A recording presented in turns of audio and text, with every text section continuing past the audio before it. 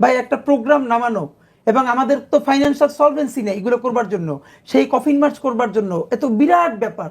তো আসলে এখন কিভাবে বললে, কিভাবে করলে এই ন্যূনতম বিচারটা করে রাষ্ট্র, এটা আমরা আসলে জানি না। আমরা আসলে মানে বলবো কি, এখন আমরা হয়ে গেছি একদম আমাদের কোনো উন্মাদি বলে। বিশেষ করে আপনাকে বলি, আমরা তো স্বাভাবিকভাবে ওপেনলি মানুষ মনে করবে সিম্প্যাথি নিতে চাই, এই জন্য বলি কিনা, আমাদের কোর গ্রুপ যেটা ইনকিলাব মঞ্চ, আমাকে হয়তো সবাই সামনে দেখে, আমি এইটুকুন দায়িত্ব নিয়ে বলতে পারি যে আমাদের কোর গ্রুপে 31 জন মেম্বার, আমাদের অ্যাকশন কমিটি বাংলাদেশে মানে এরকম বেশি অ্যাক্টিভ, ডেডিকেটেড, সৎ এবং পরিশ্রমী, আমাদের গ্রুপটা খুব ছোট, এরকম সম্ভবত দ্বিতীয় কোনো অর্গানাইজেশন এরকম একটা টিম পায় নাই।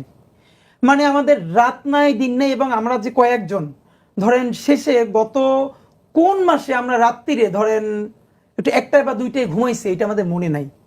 মানে ধরেন ফজরের আজান হয়, তারপরে ঘুমাই গিয়া 3 ঘন্টা 3.5 ঘন্টা উঠে, তো এইরকম চলতেছে। এখন আমাদের ক্রাইসিসটা হলো, রাষ্ট্রে আমরা যদি ধরেন এই যে আমরা ইনকিলাব কালচারাল সেন্টারটা করছি, আপনিও জানেন, আপনি এবং আমরা সাহায্য চেয়ে পোস্ট দিয়েছিলাম, আপনি শেয়ারও করেছেন। এখন আমরা এটুকুন বুঝি যে এইখানে যে টাকাটা দরকার একটা সেন্টার করবার জন্য, তা আমরা যদি বিভিন্ন অফিসে গিয়ে চাই তাহলে এর চেয়ে বেশিও ওঠে। কিন্তু আমি অফিসিয়ালি কারো কাছে অ্যাপ্রোচ করলে এই যে আমরা সত্য কথাটা সাহস নিয়ে বলতে চাই, এইটা আমরা বলতে পারবো না, কারণ এই গাছটা আমাদের থাকবে না। কিন্তু মানুষ সবাই কি চায় জানেন, এটা আমরা একদম খুব করে বলেছি যে আমাদের পরিণতি কি হবে আমরা জানি। আমরা এই যে সত্য কথা বলবার চেষ্টা করি, সাহস নিয়ে বলবার চেষ্টা করি, এই জন্য মানুষ আমাদেরকে প্রচুর ভালোবাসবে, দেখলে আদর করবে, দোয়া করবে, কিন্তু আমাদের পকেটে লিটারারি রিক্সা ভাড়াটাও থাকবে না, আমাদের সেই অবস্থা হবে।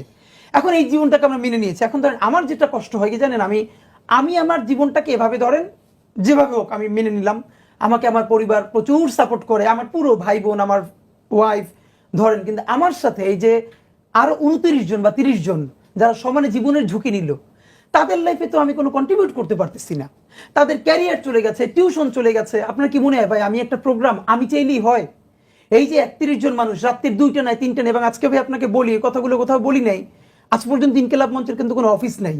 দেশের মানুষ অনেক মনে করে যে আমাদের বিরাট ক্যাপাসিটি, আপনাদের রাস্তায় অফিস, রাস্তা অফিস, এবং যখন দিনে করি সব রাস্তা শাহবাগের রাস্তায় বসে, আর আমাদের তেমন অনেক হয় যে রাত্রে আমাদের ঘন্টার পর ঘন্টা কাজের প্ল্যান থাকে, আর সর্বোচ্চ খাবার হচ্ছে 1 কাপ চা আর বনরুটি। বনরুটি আর চা। তা আমার বাসাটা ভাই ছাদে, মানে টপ ফ্লোরে, তা বাকিটা অর্ধেক হলো ছাদ। ওইখানে বড় একটা ত্রিপল কেনা আছে, আমাদের 25-30 জন বসতে পারে। তো এমন অনেক রাত্রির গেছে, রাত্রির 12টায় ছাদে মিটিং শুরু করছি আমরা 15-20 জন আমাদের অ্যাকশন কমিটির। যখন মিটিং শেষ হয় তখন বাজে রাত 3টা। তো তখন মা আবার ভাত রান্না করছে ওদের সবার জন্য, 15 জন 16 জন, সবাই ভাত খেয়ে ছাদে শুয়ে রয়েছি। ফজরের আজান দিছে, তারপরে নেমে বাসায় গেছে। এরকম আমাদের অগণিত দিন। কিন্তু ভালো লাগাটা কি জানেন, আমাদের এই একটা ছেলে একটা মেয়ে, এইটা নিয়ে জীবনে কারো আফসোস নাই যে আমাদের মাথায় বালিশ। মানে এখন আমি তো চাইলে রুমে গিয়ে শুইতে পারি, ওরা আমারে বলে, কিন্তু আমার মনে হয় ওরা 10 জন শুয়ে আছে, ওদের সাথে শুয়ে থাকতে পারাটাই আমাদের জন্য আনন্দের। এই জন্য আমরা যেটা ওই যে এমন অবস্থা হবে যে কারো কাছ থেকে টাকাটাও নেওয়া যাবে না, নিলে ওই গাছটা থাকবে না, আবার টাকা ছাড়া তো চলাও যাচ্ছে না। তো এখন ধরেন সবার কাছে এখনো ফেসবুকে ক্রাউড ফান্ডিং করে প্রোগ্রাম নামাই, কিন্তু এটা তো দীর্ঘভাবে চালিয়ে যাওয়া খুব কঠিন। আমরা আল্লাহর কাছে সাহায্য চাই, আপনাদের কাছে দোয়া চাই।